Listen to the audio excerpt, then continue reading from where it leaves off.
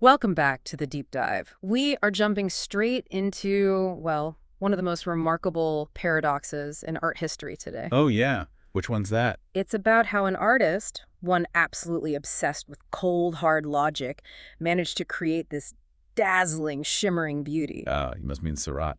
Exactly. Tonight, we are deep diving into the meticulous world of Georges Seurat. He's the architect of Neo-Impressionism, the man who basically engineered a new way of seeing color, one tiny, precise dot at a time. It's a fantastic topic for a deep dive, really, Yeah. because it just fundamentally challenges that romantic idea we have, The passionate, slightly chaotic artist. Total opposite here. Totally. Our sources, and we've got quite a few, like Seurat's own notes on optical physics, reviews from the time, really detailed analyses of his process. They all show us a painter who operated much more like a chemist, or maybe an engineer. So what's our mission tonight? What are we digging into?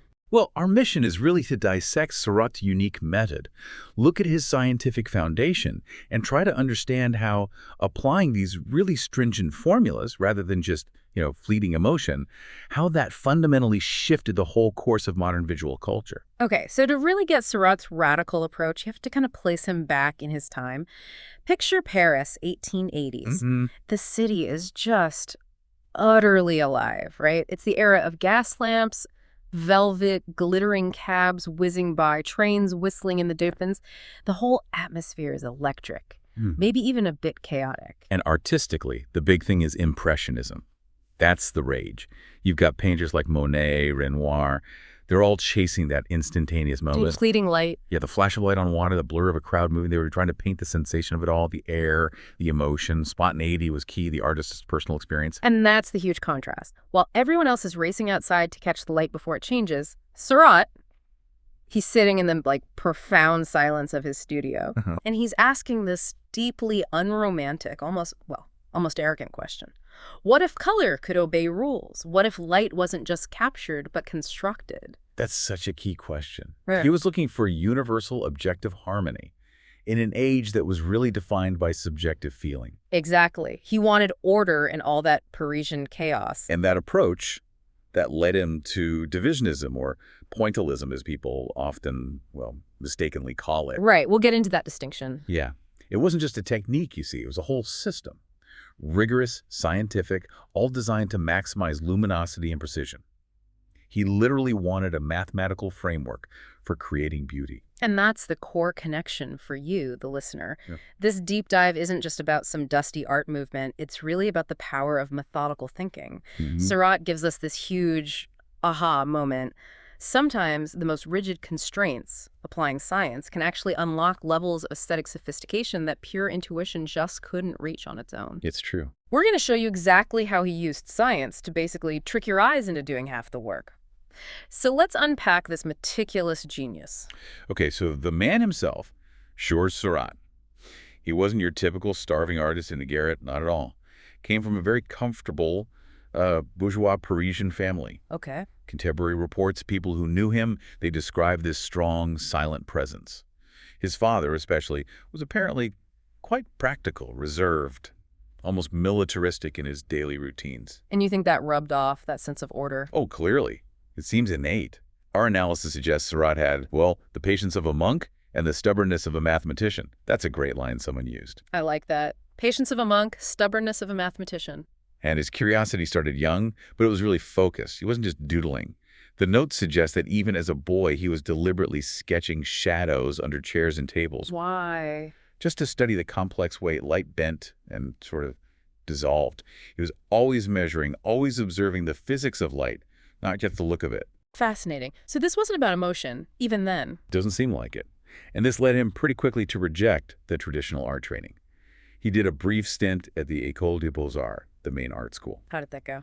Frustrating, by all accounts. He found the teaching methods and, frankly, the whole established art world to be, sloppy was a word associated with his feelings. Too reliant on old habits, too subjective. So even the Impressionists, who were radical in their own way. He saw their free, emotional brushwork as maybe beautiful, sure, but lacking control, lacking harmony. He wanted something more solid. He wanted a system, something teachable, repeatable, perfectible. Exactly. Universal laws, not just personal expression. And this is where he turns away from other artists for inspiration. Okay, so who did he turn to? Scientists. They were his secret companions, you could say.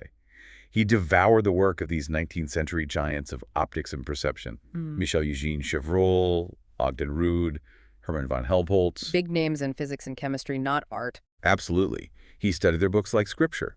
Chevreul, for instance, was a chemist. He'd done amazing research at a tapestry factory, studying how colors placed next to each other influence one another. That's simultaneous contrast, right? That's the one. He showed that if you put, say, a strip of gray next to green, the gray actually takes on a faint reddish tint because the eye perceives the complement, the opposite color of what's next to it. Okay, that's crucial. So color isn't fixed. It depends on what's around it. Precisely. It's dynamic, depends on context. Then you have Ogden Rood, an American physicist. He provided the specific mechanics for Seurat's dots. How so? Rood's book, Modern Chromatics, came out in 1879, talked about blending colored lights versus colored pigments. And he showed, scientifically, that colors blended optically in the eye appear way more luminous and intense than colors you physically mix on a palette. Ah, okay. Mixing blue and yellow paint gives you a duller green than letting your eye mix blue and yellow light. Exactly. That scientific data gave Seurat his grand theory. He started seeing the painter not just as someone who copies reality, but as a conductor. Orchestrating color. That's the perfect analogy he used. He believed a painter could orchestrate color the way a composer orchestrates sound, making, say, red and green dots next to each other vibrate like violin and cello. Wow. And he came up with a name for this system. He did, first Divisionism, but he later preferred chromoluminarism. Chromoluminarism, let's break that down. Sure, chromo for color, obviously, Yeah. and luminarism for light. That defined his whole mission. Construct light using the systematic division of pure color.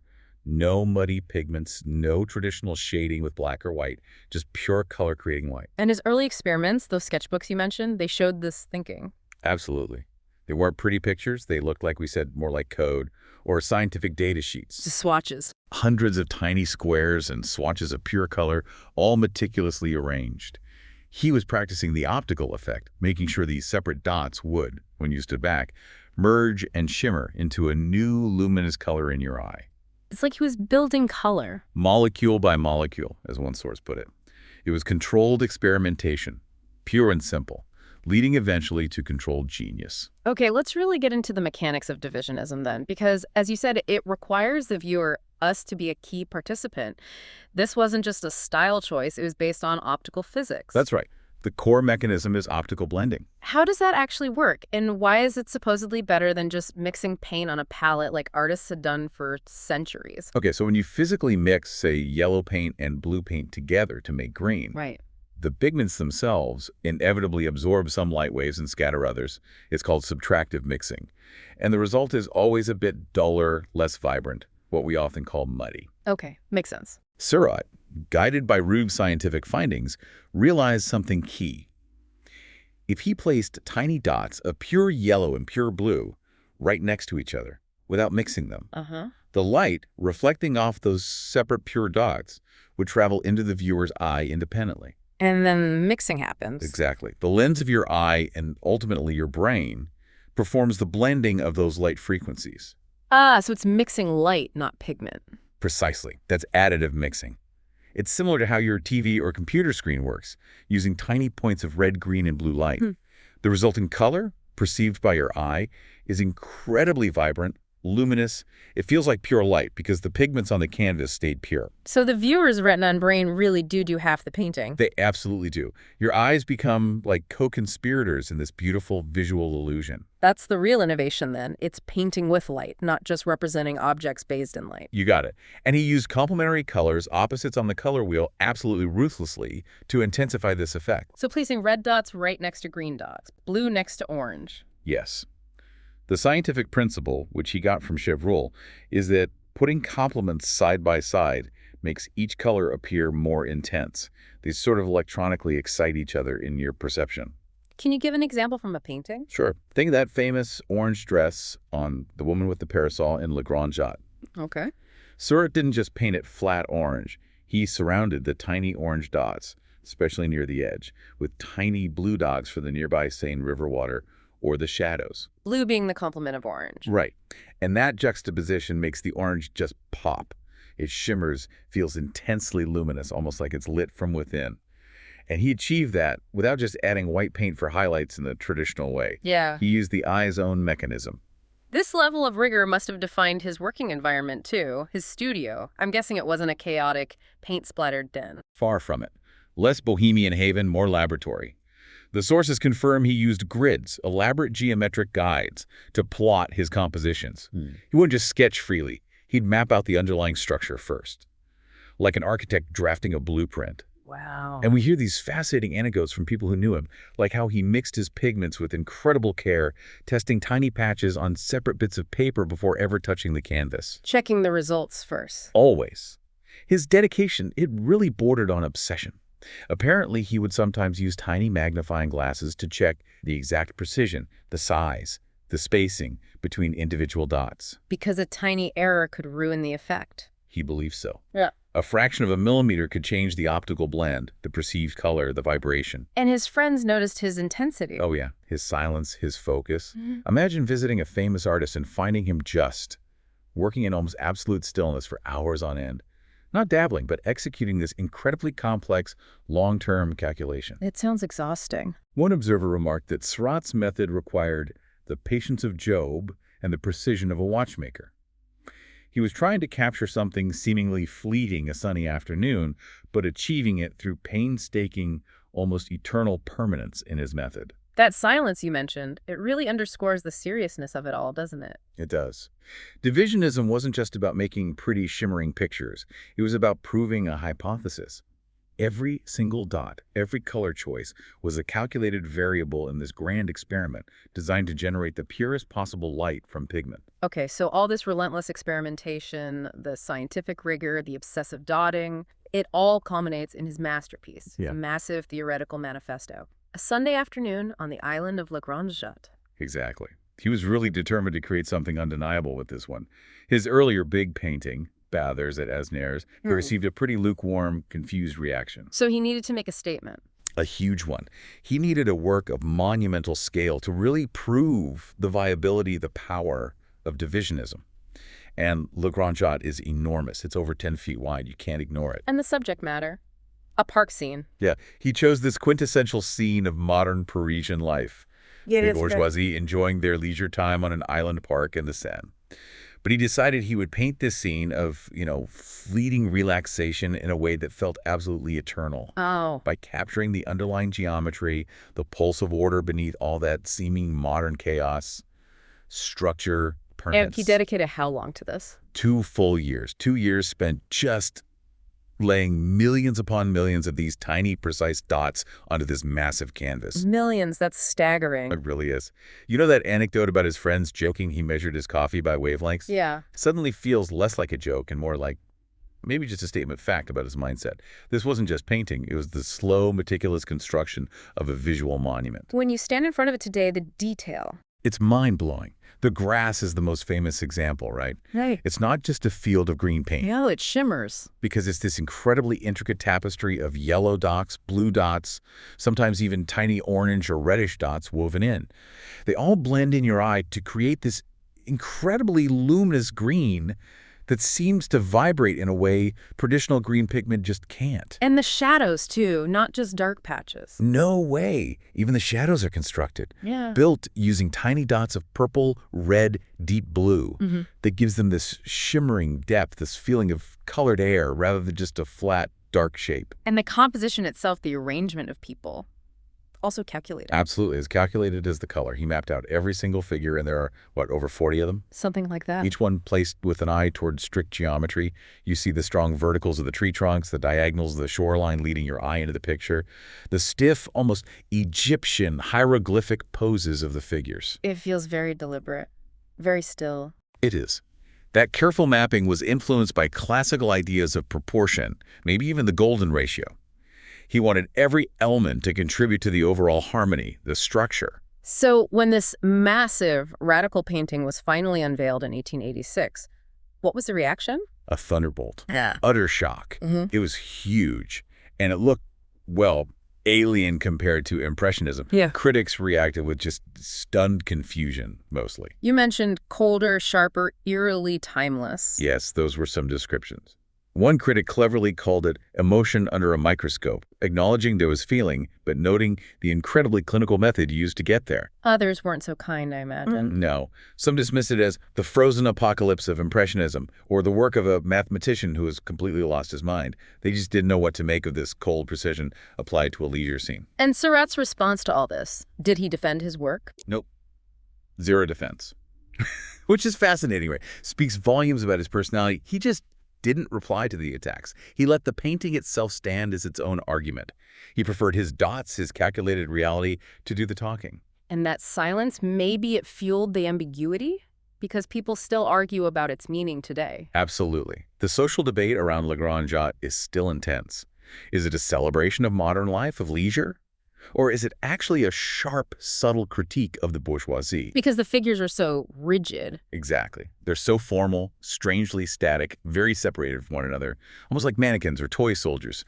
Scholars argue he captured the stiffness, the alienation, maybe the boredom inherent in this newly regimented, modern industrial leisure time. They seem frozen, lacking the spontaneity you'd expect on a relaxing Sunday afternoon. It really is a puzzle. The structure is pure order, but the feeling can be unsettling. That ambiguity is definitely part of its enduring power. It forces you, the viewer, to engage both your eye doing the optical mixing and your mind, trying to figure out what it all means. But despite the critical confusion, it did have an impact on other artists. Oh, immediately. It galvanized a new movement. Younger artists, maybe getting a bit tired of the Impressionists' lack of structural ambition, they flocked to his ideas. And Paul Signac was key here. He was the most vital early convert and evangelist. Signac really championed the term Divisionism, helped organize the artists into a group, the Neo-Impressionists. They became a team, almost. In a way, a perfect pair, really. You had Seurat, the meticulous, quiet, solitary theorist who built the whole foundation, and then Signac, more expressive, more sociable, who traveled and spread the gospel, showed that the system wasn't just confined to one peculiar genius. The goal was set. Use precision to achieve a new kind of heightened emotion and luminosity. It was codified. Seurat's ambition, it didn't just stop with color theory, Once he felt he'd mastered chromoluminarism, creating light with dots. He needed another challenge. Seems like it. He sought to apply the same kind of rigorous, almost scientific principles to the other elements of painting, line and shape. Our sources detail his development of what he started calling chromatic architecture. It's this idea that lines, just like colors, have inherent universal emotional values. Like a language of lines. Kind of, yeah. Yeah. He formalized a systematic language for composition. For example, if you wanted to evoke calm, stillness, serenity in a painting. Use horizontal lines. Yeah, exactly. Anchor the work with strong horizontals. If you want to convey dignity, structure, formality, think about those very upright figures in tree trunks in Le Grand Jatte. Emphasize the verticals. Makes sense. And if the goal was energy, motion, maybe even tension, then you'd rely on diagonal compositions, lines moving across the canvas. So he wasn't just organizing the color, he was trying to organize the feeling of the painting, too. Precisely. Imposing emotional order as well as visual order. He wanted to ensure the viewer wasn't only engaging in that optical blending of color, but was also being guided emotionally by the painting's structural rhythm, by the very direction of the lines. There's that anecdote where he supposedly said a single misplaced dot or a slightly off-diagonal line could ruin the symphony of a painting, yes. And that's probably not just him being dramatic. It really reflects his deep belief that art, maybe like music, should be governed by quantifiable rhythmic laws. Everything had to be just so. And we see this system, this chromatic architecture, applied in his later works. Absolutely. To the maximum, perhaps, in his more dynamic subjects. Think about the Circus. Right, a totally different energy level than Le Grand Jatte. Totally different. A circus is inherently chaotic, kinetic, full of movement, yet Seurat imposes his structure onto it. The whole composition is built on these swirling, energetic diagonals. You see it in the arching lines of the ringmaster's whip, the curve of the acrobat on the horse, the steep slope of the audience seating. So he uses those diagonals to create that sense of frantic energy. Exactly. But he balances it with a calculated application of color. Lots of excited tones, those red and green complements, again, suggesting the warmth and excitement under the gaslight spotlights. But the underlying structural composition prevents the whole thing from just dissolving into a visual mess. So even in chaos, he finds order. Or imposes it. Every single element, is calculated to orchestrate that specific, harmonious visual energy he wanted. What about Les Poseuses, the models? That one feels different again. It does. Less narrative, definitely. It's a triptych, 3 panels, showing female models in his studio. And the whole point of the work seems to be just meticulous, systematic study. Of what? Of light and form, mainly. He repeats the same models in different poses across the 3 panels, sometimes with La Grande Jatte visible in the background. It feels almost like a scientific control study. That's a great way to put it. He's kind of removing the complex outdoor environment of La Grande Jatte and focusing purely on how light and his color theory interact with flesh, with fabric, in a controlled indoor setting. And what did critics make of that? Well, they debated it. Was this a profound study of human perception and the act of seeing? Or was it maybe a bit dry, a comment on the labor involved in artistic creation, the model posing endlessly? Or maybe just Seurat working out his theories. Could be. But regardless of the interpretation, the method is absolute Seurat. Map it out, measure it, divide the color, observe the effect. Total precision. And this precision, it wasn't just on the canvas, right? It bled into his whole practice. Oh, yeah. Contemporary reports, they detail his almost ritualistic habits. He didn't just grab any old brush. Apparently, he would label his brushes with numbers. Numbers.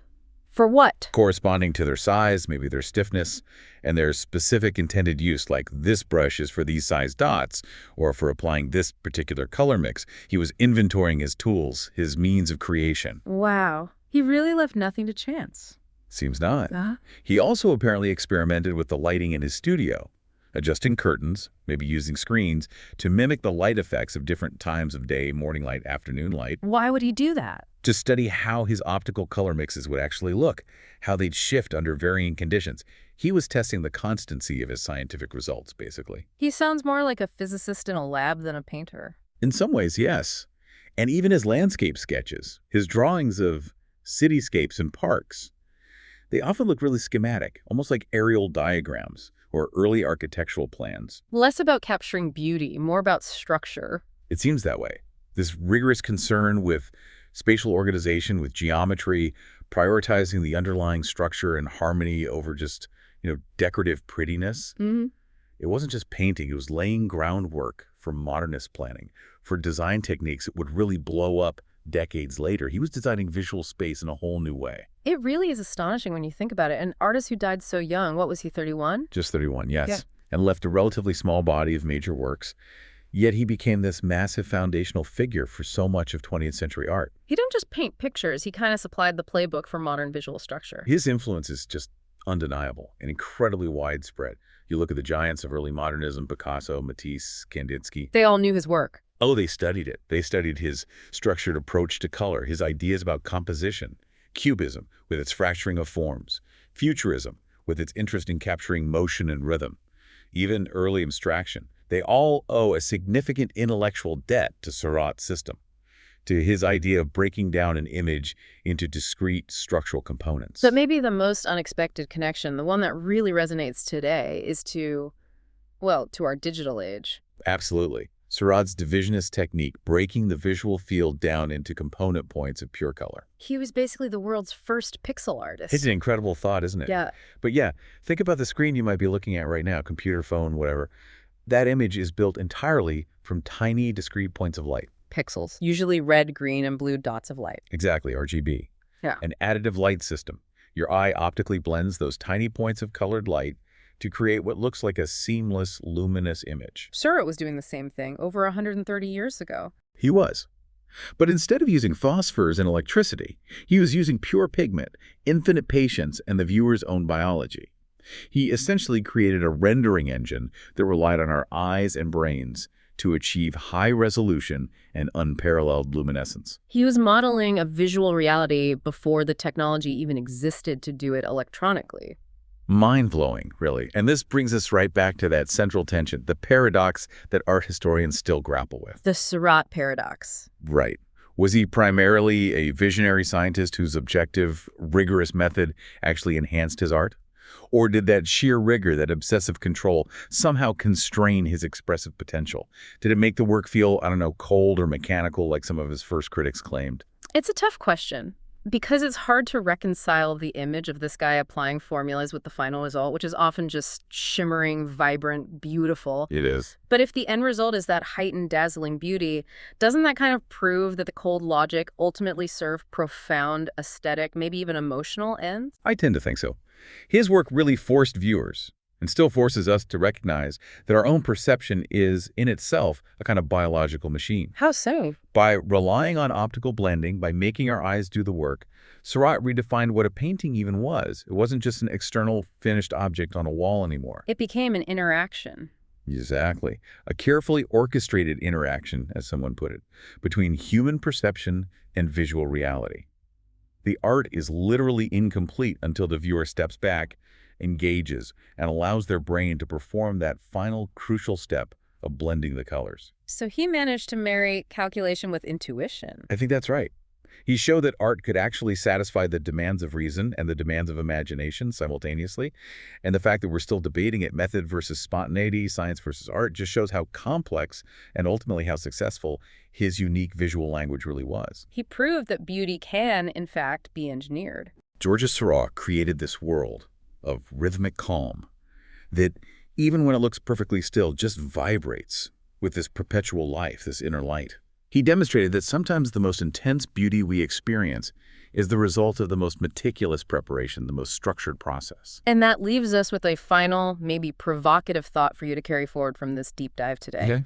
Seurat revealed that much of what we perceive as spontaneous or maybe just naturally occurring beauty, whether it's the intricate structure of a flower or the image glowing on a digital screen, is actually underpinned by deep, often mathematical laws and structure.